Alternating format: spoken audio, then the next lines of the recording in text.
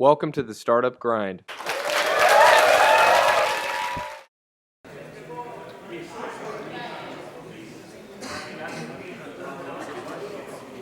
So we have what we call a fireside chat. It's a chat where we bring out from the entrepreneur right from the stage what made him start his venture, what were the challenges, how he scaled up, how he did his first round of funding, if he's gone to multiple rounds, what is his advice. So Manish is here, and we need to kind of kickstart. So quick introduction. I think we let the chat Manish introduce himself, but still, Manish, very interesting background. He is an IIT Delhi 2007 alumnus, and post that he joined Aventus, did kind of investment banking, fundraising, etc. And then he joined Fidelity till the entrepreneurship bug bit him in 2011, and he launched Purple.com. So we'll get into more of that in the chat. I did my undergrad from IIT Delhi. After that, I worked with a slew of financial services firms. I started my career with Lehman Brothers, which no longer exists now. I think it's called Nomura in most parts of the world. And after that, I did a lot of investment banking with a company called Aventus Capital. That was the time I also sort of dabbled with CFA. And then this was, I think, 2009, and I wanted to start something on my own. That company was called mynextcompany.com, which is why my Twitter handle is mynextcompany. And the idea was that although we were probably like 24 years old, we thought we were mature enough to tell people what their jobs should be. And so this was on the lines of Glassdoor.com in the US, or like Vault.com, where they would tell sort of how is it to work at a particular workplace. And we thought we would do that. And but I think last minute, I think the team had cold feet. So we were three co-founders. I think two of them sort of decided to not pursue it, and I decided to go to Fidelity. And I think Fidelity was a great experience because I worked with almost, so I met over probably like 50 entrepreneurs because we were a growth stage private equity fund in India. But I think more so I also worked with all our portfolio companies, and I was always amazed at the passion they showed towards their work. And therefore, I think another 2011, and I discussed it within the boardroom of Fidelity that this is something that I would like to pursue. I think all five of them said yes. They also put in a check in Purple, so that's how Purple was born. It's interesting. You've been on both sides of the table. Yeah, I've been. I've been actually all three sides of the table. Here all the guys are on the other side. They all want to raise funds, except maybe three or four. Yeah. So what is the difference you find? You find it difficult to raise or easier to raise capital since you've been on the other side? Yeah. So I think capital raising, I think, is starting to become not just tactical, but I think strategic in nature. I think India is attracting so much capital that probably we've never seen in our history, right? And I think 7 years ago, if you asked someone that could a 28-year-old raise a couple of $1 billion, I think people would have laughed at you, right? I think that's no longer sort of a laughable topic. But I think given my background, I think this is something, and I think obviously we will talk about it. I think one of the biggest lessons that I have had so far is that I think the best time to start and to enter entrepreneurship is probably like 4 or 5 years after your work life. I think the reason why I say this is that within those 4 or 5 years, you tend to build certain relationships which sort of live with you forever. I'm not saying that at college you don't build those relationships, of course you do. But I think you build certain relationships with certain key people in your life from 22 to 27 years of age, which I think sort of stands true. So I think in my case, I can tell you, I think the first fundraise we had done, it was done over a phone call. I did not have to meet the people who were investing in our company. I think we got our first term sheet in 3 days. This was with Bloom Ventures. They knew me, we had worked together earlier. I just called Karthik and I said, look Karthik, I'm starting something, this is the amount, and he said, yeah, we'll come in with a check. So I think life has been slightly kind. I don't think it is the way for everyone, but I think a bigger lesson there is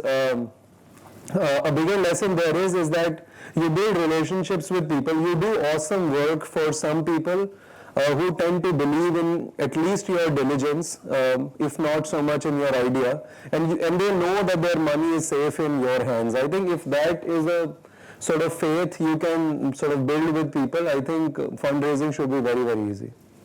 But in India, we tend to believe that if you are an IITN or an IIM graduate, your life is made. And professionally, your life is made for the next 10, 15 years. Yeah, I think forever. Lately, more and more of you guys keep chucking up those steady jobs and going for entrepreneurship.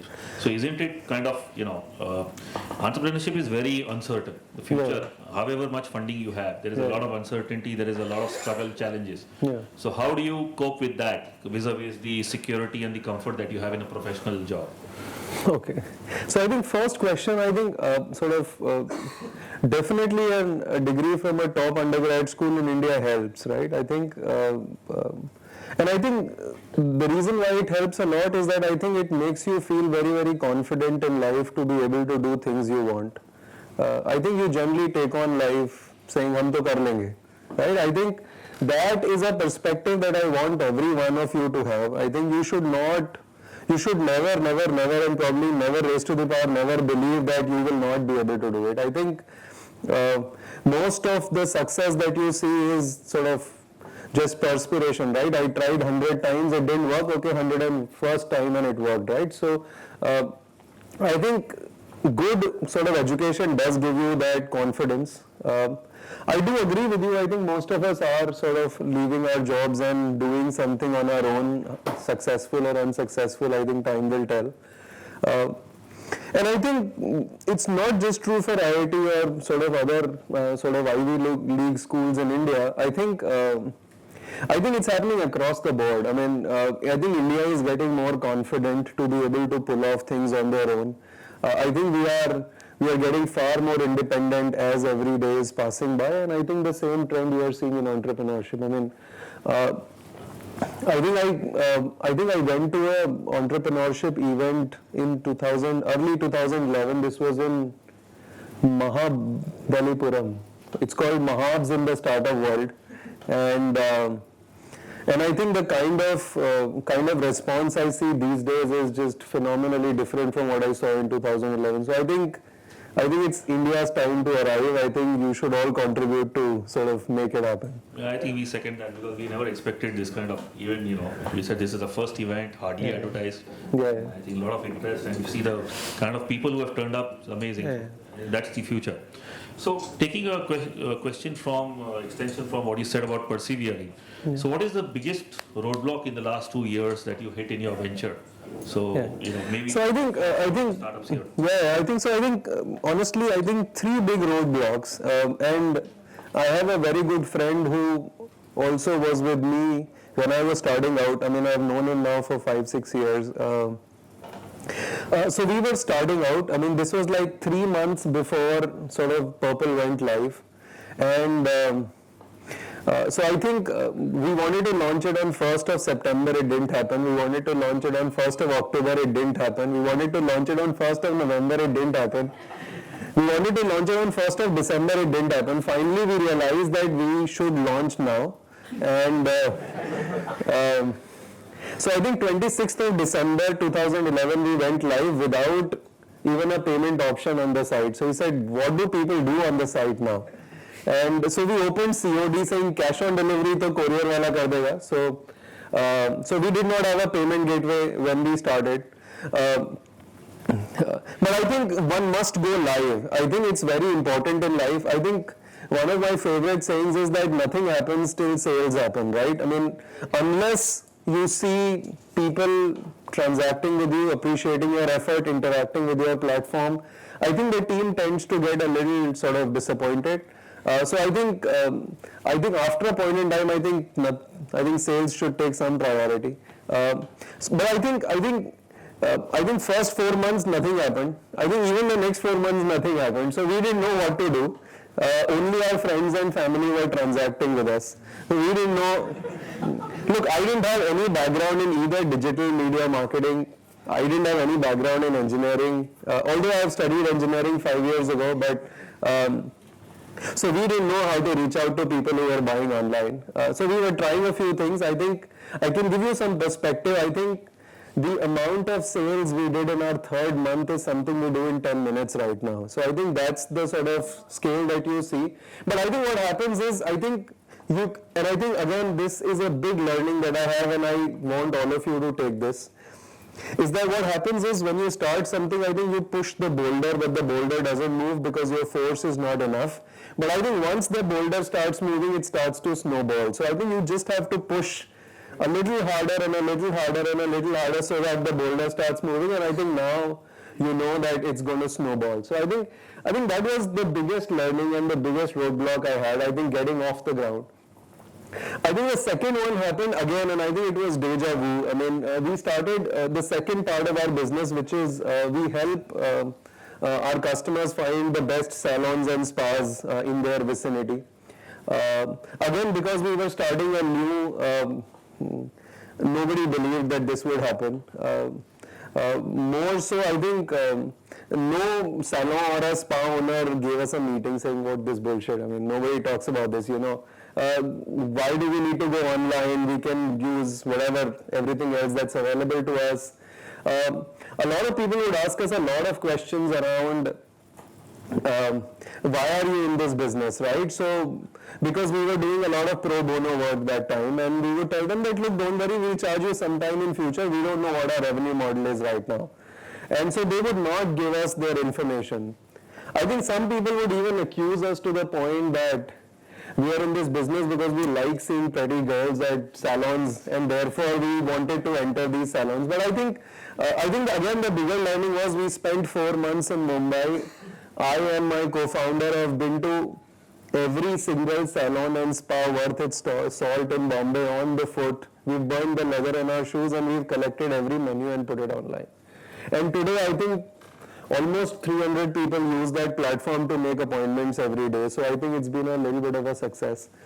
And I think third one, again, I think we had to huggle together and sort of do it for ourselves. And this is our third year, is that we were tight on cash in June, July this year. I think what no education teaches you, and even private equity world doesn't teach you, is how to manage cash flow. I think it's very easy to build P&L statements. I think it's very difficult to manage cash flow. So I think in the last 6 months, we've created cash out of thin air, and we have more money than we had 6 months ago. So I think that's been a big learning. So let's stay a little bit more on Purple. Yeah. So these are products which you have no background, no expertise, neither the co-founder has. Yeah. So did you get in domain experts to help you out in what brands to keep, what products to sell, kind of? So I think the idea was not to just sell products or sell services in beauty. What we always wanted to do was to become the sort of best destination to discover beauty. And I think we had 3 sort of key pillars in mind. One was we will help you discover the best products for you. Second was we'll help you discover the best services for you, which are right for you. And third is we'll help you discover the best content that's relevant for you in beauty. So I think part of the problem was to solve via technology, right? I mean, if I know what sort of skin or hair you have, I think I can recommend you products. If I know what sort of a lady you are, I can recommend you the right color of the lipstick. So we've learned it over a period of time. Nobody helped us at that point, and neither did we seek any help, I think. Yeah.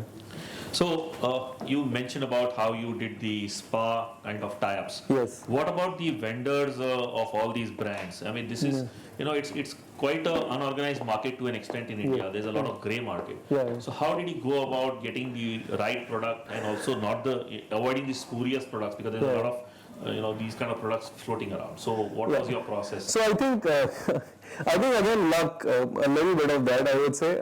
So what happened was, I think middle of 2011, I attended a similar event organized by someone who was enthusiastic about startups like you are. And there I met a mentor. I mean, now he's become a mentor. I met him for the first time there. I think that gentleman has introduced me to a few people, and that guy has helped me start and sort of roll out all vendor relationships. So I think it's a lot of luck. You should always enter into any meeting thinking some miracle is going to happen today. So I think it always does happen. Sometimes you don't realize it, sometimes you realize it, but I think come to any event thinking that something great is going to happen today, you will make awesome relationships which might last with you forever. So I think initially we approached vendors, most people didn't give us talk. The usual story, right? I think now there is enough pull that sort of there is a lot of inbound traction. I mean, people call us every day to list their products on our platform. But I think initially it was just sort of going on the road, but there were a few relationships that helped. So talk a little bit about the logistics, how you set that up, because it will help some of the startups here because they're getting into products. Yeah, I think so. Again, I think we have a few learnings there, and I'm sure you've read about these, but I think I can personally speak given that I've gone through the pain. So logistics is a very tough business in India. I mean, it has taken me 2 hours to come from Powai to here. So you can imagine what the courier guy goes through when he comes and delivers a packet. There is very little certainty with which he can tell you that he'll be able to come by 10 o'clock or 11 o'clock. But I think my co-founder actually deals with that part of the business, the more dirtier part, and so I think that part of our business is very, very process driven. There are certain processes that are followed at every stage of products as soon as they enter our warehouse to the time they get sort of dispatched from our warehouse until the time they get delivered to the end customer. I think that part of the business needs to be run like a factory. You have to ensure that there is huge amounts of discipline that is followed, otherwise your customers are going to have a very, very tough experience. But I think, look, to manage your logistics, I think there are two parts to it. I think one is warehousing, the other is sort of the end delivery. I think the warehousing part, there is a place close by called Bhuvandi.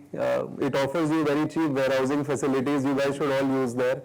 And for logistics, you can use all third-party courier companies. We work with almost all of them. We can introduce to whoever you want to. How do you go about building your second level, the next in command team? So that is the most critical for scale up. Yeah, so I think for 2 years we didn't do it, unfortunately. So again, I think this is also one of my biggest learnings in the last 2.5 years. I think before investing in anything in your business, I think invest in your people. If you have great people working for you, I think 99% of the job is done. If we didn't have great people working at Purple, I wouldn't be here. Because if you asked me to come here probably in February of this year, I would have said no. Because I think when your business is growing at 20% month on month and not 20% year on year, which is what most sort of large companies are used to, you need incredibly motivated people to sort of be there and do it every single day without your interference. So I think the way we've gone about it is probably what most startups follow. We hire a lot of young and very smart talent who think they can do it. And we sort of like hiring mavericks / low GPA / people who think they're almost mad and therefore they want to join the startup world. So I think it's a mix of sort of slightly gray-haired people like me at the top, but I think most of the people at the bottom, sort of at the middle levels, are very, very motivated people. They come from all kinds of backgrounds. I think one of the key parameters that we look into when we sort of recruit people is that we want them to really understand what we are and what we do rather than be driven by the glamour of e-commerce world that sort of we are all in.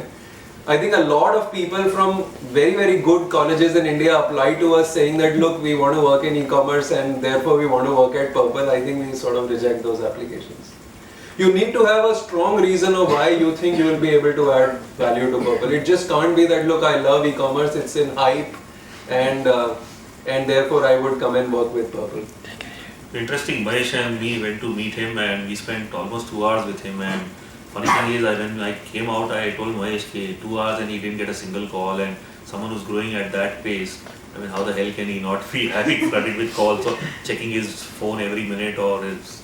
So that's interesting to build a team which Yeah, can no, make I think, you. and honestly, I think we are hiring like crazy right now. I mean, it's been like we've made 7 offers in last 5 days, and these are mostly sort of top to middle level. I think, and I think as an entrepreneur, I think it's a very very important skill to have, that you should be able to sell yourself very well, because it starts with selling your idea to your co-founder, then it starts with selling your idea to your first few employees, then it starts with selling your idea to your first few customers, and then it starts with selling your idea to sort of your first investors. I think you should be able to manage the show very well. We almost spend like 20 hours with a candidate before we sort of make an offer, because it's very important that we understand what they bring to the table, and we also make sure that they understand the reality of life.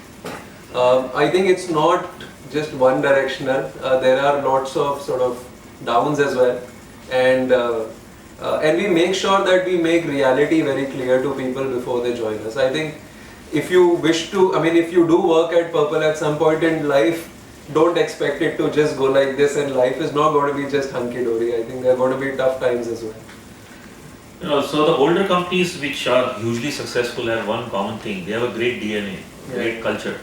In the pace that all the companies are growing today, how do you ensure that there is a culture that is adhered to, or there is a DNA that is passed on? Because that is what makes a company great. Otherwise, 2-3 years down the line, it will come and kind of mess up things. Yeah, so I think again we've mulled over it multiple times when we've made offers to people, because we wanted to ensure a certain kind of DNA.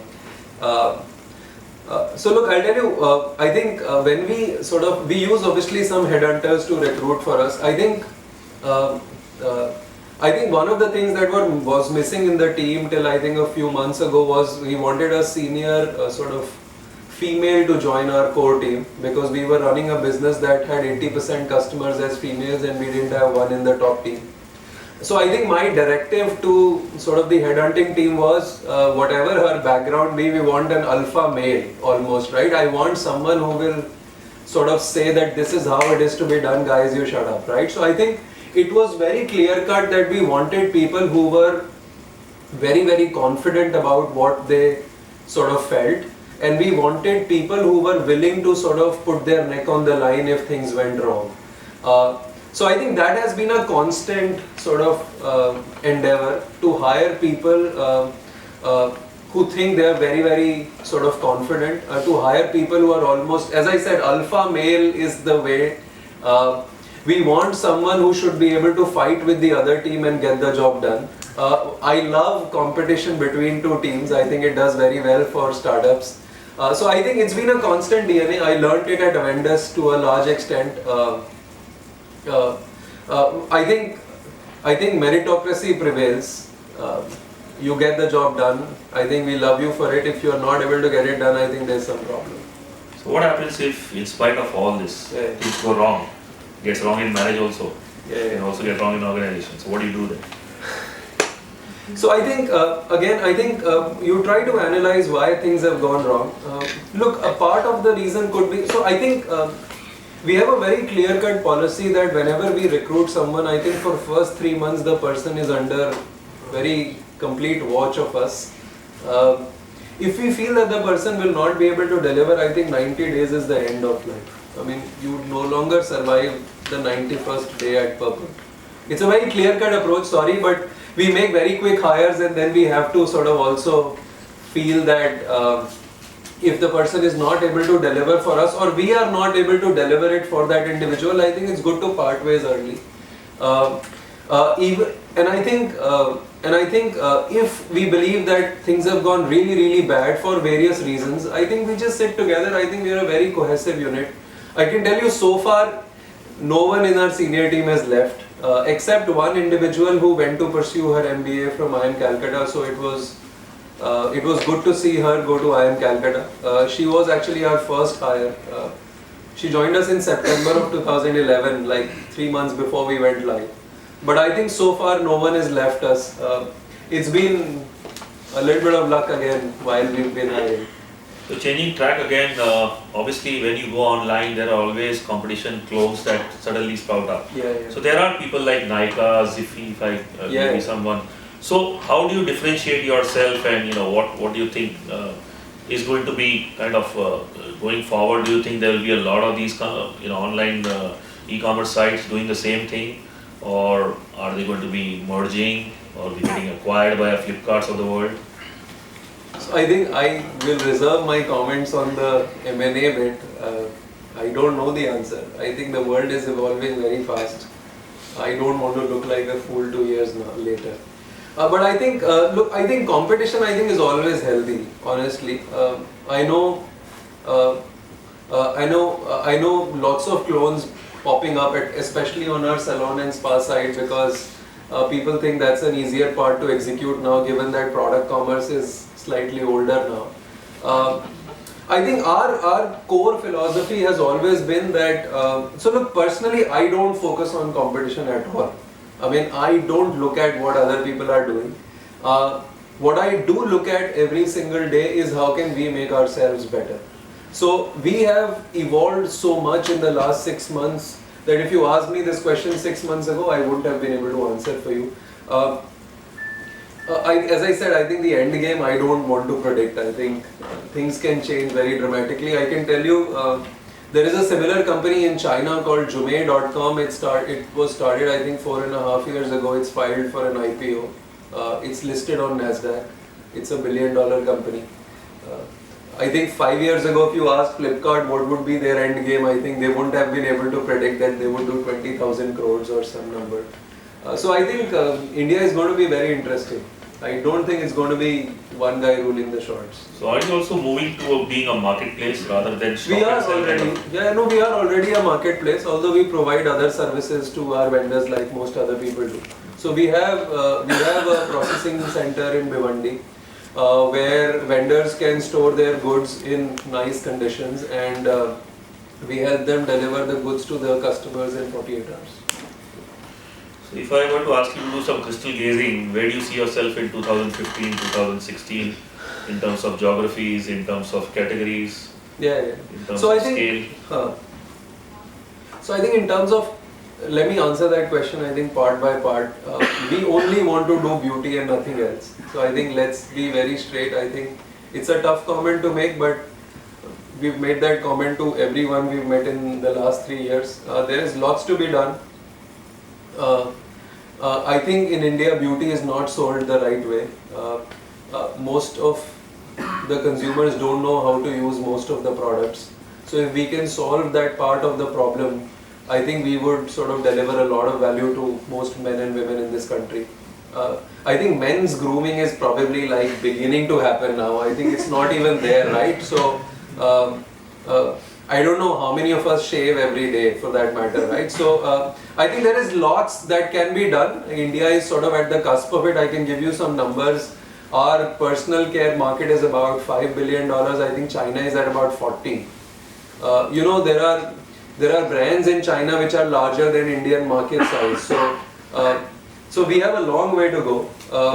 I don't think we want to sort of leave this category and enter any other category. I think in terms of number of cities that we will be in, because so right now, look, we sell about 2 products a minute. Our plan is to sell 1 product a second by end of next year. So it's almost like 30x from where we are. In terms of cities, look, our salon and spa finder business is geographical in nature. We tie up with various salons and spas and help them get customers. That business is live in Mumbai. We are rolling it out right now in Delhi, Pune, Bangalore, Chennai and Hyderabad simultaneously because we've tested fruit here, and by end of next year we will be in 15 cities in India. Do you see that happening with beauty products also?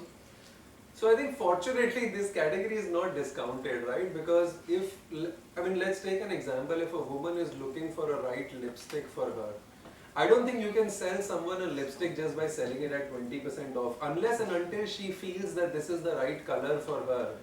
She is not going to buy it, right? So sorry to interrupt there, but then the question arises: is it a touch and feel product? If it is, then how difficult it is to buy online? So I think to some extent I think it is a touch and feel product like apparel and shoes are, but I think there is a lot that technology can do for you. In fact, on our site till like a week back, you could upload your picture and apply all the lipsticks and foundations and nail paints on you and see how it would look like on you. That's going to be my next question. Yeah, why So not a we, virtual? yeah, so we have a, we plan to launch sort of relaunch our virtual makeover studio whereby you will be able to see how these products will look on you. But not just that, I think you will be able to create a lot of collections which a lot of your friends will be able to see and will be able to use that knowledge that you have gained over a period of time. So what about going offline also, like a click and mortar kind of story? No, So because the product, the nature of the product that is there. Yeah. So is there a chance? So look, honestly, I don't understand the offline business so much. I think there is lots to be done online. I can give you some numbers and one should go by them when you're sort of thinking of such moves. I think in China, this online sort of contributes about 15 to 20% of beauty business. In India, it's less than 1%. I think it's right now premature to think of going offline. Would there be a purple brand in the near future? Yes, for sure. Let's talk a bit about. I think we have some ideas, very, very interesting. I think we have some ideas on men's products that have never been launched in India. We wish to come out with those products by end of next year. We think men need a lot of grooming in India. We also have a lot of we also have a lot of tech products that we will be rolling out in the next sort of 12 months, which will make your buying experience a lot more better for sort of personal care. So let's talk a little bit now on how did you kind of get the traffic to your website other than friends and family. So what was the, so because that's a question which every entrepreneur who's going online, kind of is keen. So we have a lot of, a lot of digital marketing guys here. People talk about advertising. For example, we've not seen Purple in Miss India contest or Femina or sponsoring some of these events, which can be high profile PR. So how do you do it? How do you get to selling a product every 2 minutes? Okay. So as I said, I think first 3-4 months we didn't know what to do. Again, serendipity. I met a friend of, I met a stranger through a friend of mine. We met at a coffee shop and he said he does SEM and I didn't know what SEM was. So I asked him, what do you really do? And he said it's called search engine marketing. And I asked him, will you do it for us? He said, yeah, we do it for you. And next day they started working for us. So, so far they run our Google ad campaigns. So look, I think 3 sources of traffic broadly, and I think that's true for any sort of online store and not just true for us. One is search, it contributes to the largest portion of our traffic. The second is direct traffic. I think over a period of time when so many people have sort of experienced your brand, they have experienced your service, they tend to come directly to you. I'm assuming we have a slightly unique name, so most people should remember it, although the spelling is a little tricky. And I think third, I think it's social media. I think we get a lot of social traffic. A lot of people who are wasting their time on Facebook do spend time with us as well. So I think broadly 3 of them. Also, actually, as a startup founder, I don't believe in outsourcing anything if possible. We try to control the experience as much as possible. I think it helps you achieve 2 sort of key milestones. I think one, it helps you to be nimble.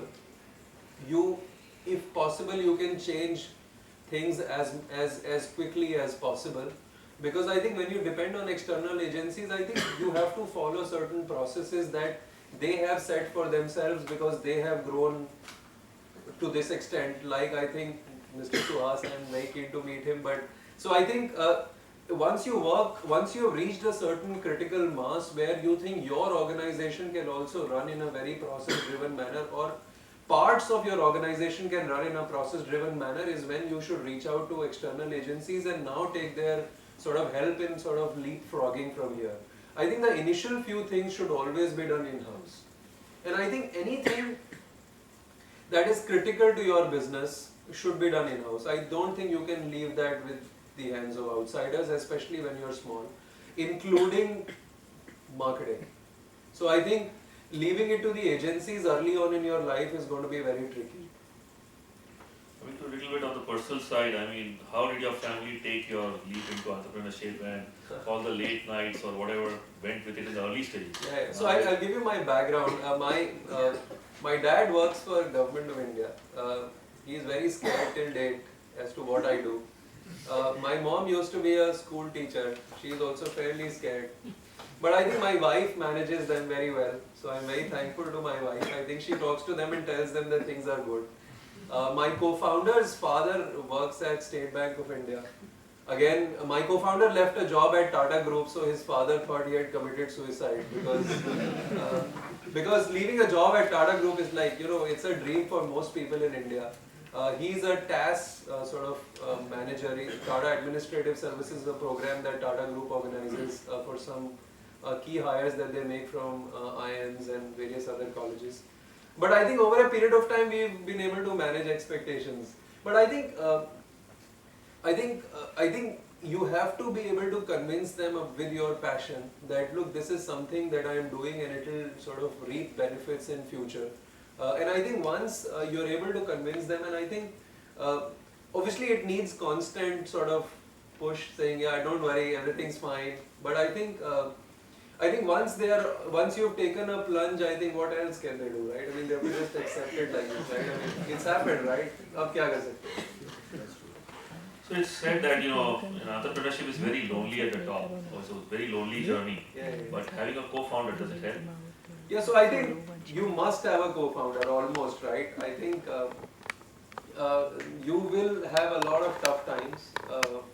You want someone to debate things. You want someone to ideate, and you want really someone to be able to execute things. I think you will not be able to go very far if you are alone. So I think look for a co-founder who has very complementary skills. Like in our case, I am very sales and marketing driven and instinct driven. I also have some relationships in the investments industry, which has helped us which has helped us often in terms of our fundraising. My co-founder used to set up factories for Tata Group, so he has a very process-driven mindset. He manages all our operations right from the fact the goods come into our warehouse to the goods getting delivered to our customers and our customer support. So I think it's a must-have. I think you guys should have a complementary co-founder. Any significant decision you take which fell flat on its face, which was like a failure or a so-called failure? Anything you would like to share? So I think 8 out of 10 decisions are failure.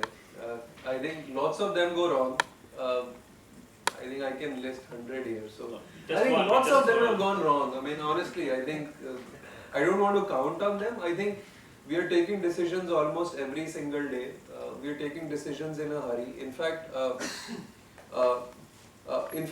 I think that is one of the disadvantages of being an entrepreneur, and especially early on in your life, or sort of early on in your entrepreneurial life. I think you tend to take a lot of decisions without data because you don't have data. It's not like I had a research report in front of me and I chose to ignore it. It's not that. It's just that you have to take decisions quickly and you don't have enough data with you, so you tend to sort of rely on your instinct. In some cases it fails, right? I mean, especially I think recruiting, I think we've made some mistakes. So on behalf of Startup Grind and all of us, thank you very much. Very nice to meet you.